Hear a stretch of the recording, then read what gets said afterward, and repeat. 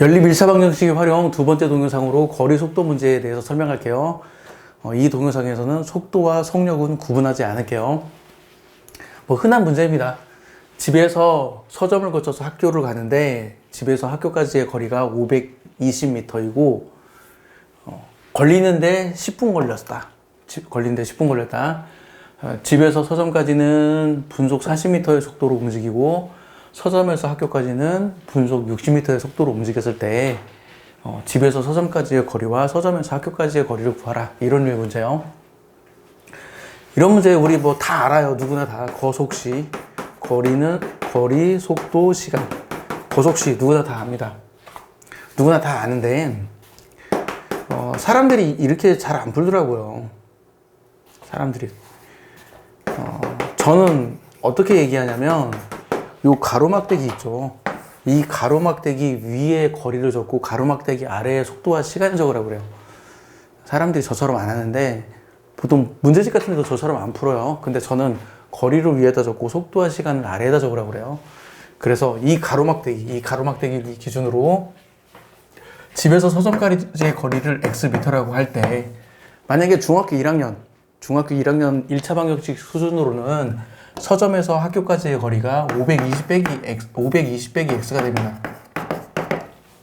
520 빼기 x가 돼요. 이게 중학교 1학년 수준으로 식을 세우는 거고 중학교 2학년 연립 1차 방정식 단원에서는 여기를 y라고 놓죠. y미터 이렇게 나요. 자, 가로막대기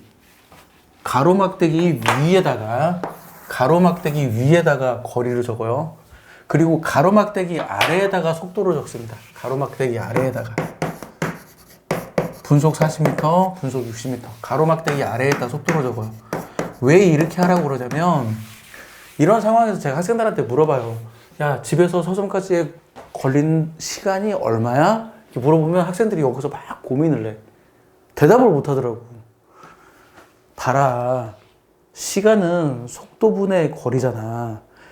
속도분의 거리야. 내가 이미 가로막대기 아래에 속도를 적어놨고 가로막대기 위에 거리를 적어놨어. 그러니까 이 보이는 그대로 40분의 x가 걸린 시간이야 라고 학생들한테 얘기를 해요.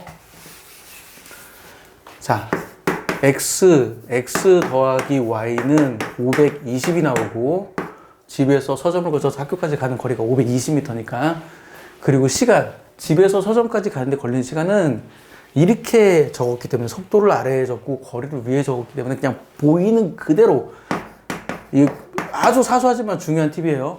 속도를 아래에 적고 거리를 위에다 적어라. 그럼 보이는 그대로 40분의 x가 걸리는 시간, 보이는 그대로 60분의 y가 걸리는 시간 10분 걸렸다. 이렇게 해서 연립방정식을 풀면 돼요. 아래식에 120 곱할까요? 여기다 120 곱하면 3x, 여기다 120 곱하면 2y, 여기다 120 곱하면 1200이 나오고 요 두 식을 바라보면 y를 소구하는 게 편하겠죠. 그래서 양변에 2배를 하면 윗식에 2배를 하면 2x, 2y 1040이니까 좌변은 좌변끼리, 우변은 우변끼리 빼면 y는 소거되고 x는 160이 나오죠. 그래서 x가 160이 나오니까 y는 360이 됩니다. 이렇게 해서 구했어요. 이렇게 해서 구했고, 자, 이 옆에 있는 두 문제는 기차 문제예요. 기차가 다리 통과하고 터널 통과하는 문제 있죠. 기차가 500m 다리를 통과하는 데는 40초가 걸리고, 기차의 속력은 일정하고, 기차가 500m 다리를 통과하는 데는 40초 걸리고 700m인 터널을 통과하는 데는 50초 걸린다. 자, 이런 상황에서 기차의 속력을 구하라. 기차의 길이를 구하라. 이런 문제가 있어요. 이게 한편으로는 어려운 것 같지만 한편으로는 좀 쉬워요. 별거 없어요. 자, 일단은 학생들이 이걸 개념을 못 잡는데 다리를 통과할 때 다리든 터널이든 상관없어요. 이거 통과할 때 일단 기차가 여기 이 위치에 있을 때 다리나 터널을 이렇게 들어가기 시작하죠. 이렇게 들어가기 시작해요. 그러다가 움직여서 터널의 길이만큼 혹은 다리의 길이만큼 움직였을 때는 기차가 완전히 빠져나가지 않아요.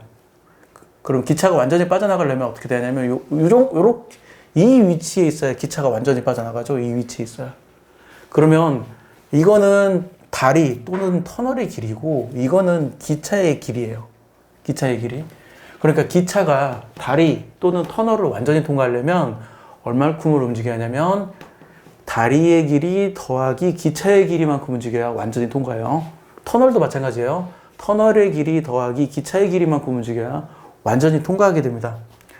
그래서 이 내용을 이해하면 좀 이것을 바로 풀 수 있어요. 뭐냐면 지금 이게 길이 500m의 길이를 통과한다는 말은 뭐냐면 기차의 길이를 x라고 할 때 500m를 통과했다는 말은 500 더하기 xm를 갔다는 얘기예요. 500 더하기 xm를 가는데 40초가 걸리는 거고 700 더하기 xm를 가는데 50초가 걸리는 거죠. 50초가 걸리는 거죠. 그래서 속도는 시간분의 거리니까. 원래 교과서적인 풀이는 40분의 500 더하기 x, 이게 다리를 통과하는 기차의 속도, 그리고 50분의 700 더하기 x, 이게 터널을 통과하는 기차의 속도예요. 그래서 이 두 개를, 기차가 일정한 속도로 움직이니까 이 두 개를 갖다가 놓고 방정식을 풀면 됩니다. 이 두 개를 갖다가 놓고요. 그럼 어떻게 하냐? 양변에 200을 곱해야 하나? 양변에 200을 곱하면 여기다 200을 곱하면 5배에 500 더하기 x, 여기다 200을 곱하면 4배에 700 더하기 x가 되고요. 그리고 5x 더하기 2500은 4x 더하기 2800이니까 계산하면 x는 300 나와요. 그래서 x가 300 나오고 x가 300이니까 800m를 가는데 40초 걸렸죠. 그러니까 800m를 가는데 40초 걸렸으니까 속도는 초속 20m가 돼요. 속도는 초속 20m. 물론 여기도 이건 내가 제대로 구했는지 확인하는 확인 코드. 여기 300m니까 1000m를 가는데 50초 걸리면 속도가 20인가? 아, 맞네. 여기다 300 대입해도 여기다 300 대입해도 똑같이 나오네. 그러면 기차의 길이 맞게 구했고 기차의 속도도 맞게 구했구나. 이게 지금 교과서적인 풀이인 거고, 저는 이제 이걸 어떻게 푸냐면 이 거리의 차이에 주목해요. 다리를 통과해도 터널을 통과해도 다리를 통과할 때는 500 더하기 x만큼 움직이는 거고 터널을 통과하면 700 더하기 x만큼 움직이는 거잖아요. 그래서 이것의 차를 보는 거죠. 차. 기차의 길이는 사라져.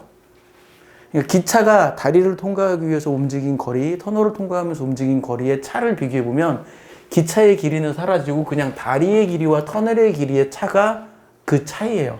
그래서 차이는 200m입니다. 차이는 200m가 되고 10초죠. 10초. 차이가 200m인데 200m를 더 가는데 10초가 더 걸렸어요. 그 말은 200m 가는데 10초 걸렸다는 얘기잖아요. 그래서 시속 20이 나옵니다. 이거 암산돼요. 시속 20이 나와요. 그리고 시속 20이 아니라 초속 20. 그러면 20초 동안 초속 20m로 40초로 움직이면 800m죠. 800m에서 500m 빼면 기차 길이가 300m. 뭐 이쪽으로 해도 돼요. 초속 20m로 40초 동안 움직이면 1000m죠. 1000m에서 700m 빼니까 기차 길이는 300. 이렇게 암산으로 됩니다. 자, 요 문제 한번 보죠. 이 문제 보면 다리와 터널의 길이의 차가 300m잖아요. 걸리는 시간이 20초 차이예요. 그래서 속도가 초속 15m입니다. 속도가 초속 15m이고, 그리고 초속 15m로 40초를 가면, 초속 15m로 40초를 가면 600m가 되죠. 그러니까 터널의 길이와 기차의 길이의 합이 600m인 거예요. 그러니까 기차는 100m인 거죠. 여기다도 대입해서 같은 결과가 나오는지 확인해 보는 거죠. 초속 15m로 60초를 움직이면 900m가 되죠. 그러니까 다리의 길이와 기차의 길이 합이 900m가 돼야 돼요.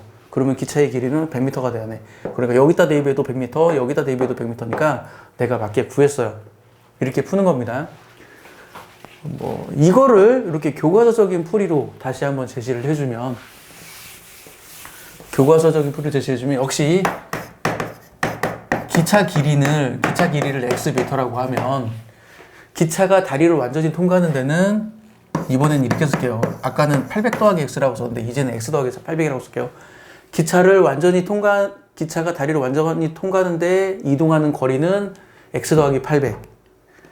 그리고 기차가 터널을 완전히 통과하는데 이동하는 거리는 x 더하기 500. 그러면 기차가 다리를 통과하는 속력은 60초 걸렸으니까 이게 기차가 다리를 통과하는 속력인 거죠. 기차가 터널을 통과하는 속력은 이게 40초 걸렸으니까 기차가 터널을 통과하는 속력이에요. 그래서 기차가 일정한 속력으로 움직이니까, 일정한 속도로 움직이니까 이 두 개 갖다가 놓고 방정식을 풀면 됩니다. 그래서 양변에 120을 곱하면, 여기다 120을 곱하면 2배의 x 더하기 800이 되고, 여기다 120을 곱하면 3배의 x 더하기 500이 되죠. 좀 슬프게도 식을 잘못 세웠네. 이게 이 좌변과 우변을 바꿔 써야 하는데 슬프게 식을 좀 잘못 썼어요. 뭐 상관은 없습니다.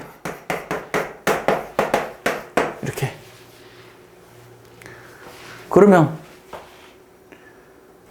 이걸 다 우변으로 이항하면 x가 나오고요. 이걸 다 좌변으로 이항하면 100 나오죠.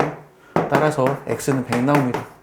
그래서 기차의 길이는 100m가 나오고, 그러면 다리를 통과하는 데는 800m 더하기 100m여서 다리를 통과할 때는 900m를 움직이고, 900m를 60초 동안 움직였다면 기차의 속도는 초속 15m.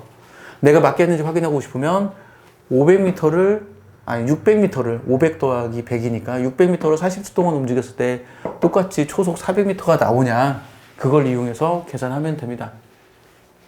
자, 마무리할게요. 자, 거리속도 문제. 거리속도 문제에서는 제가 엄청 강조해요.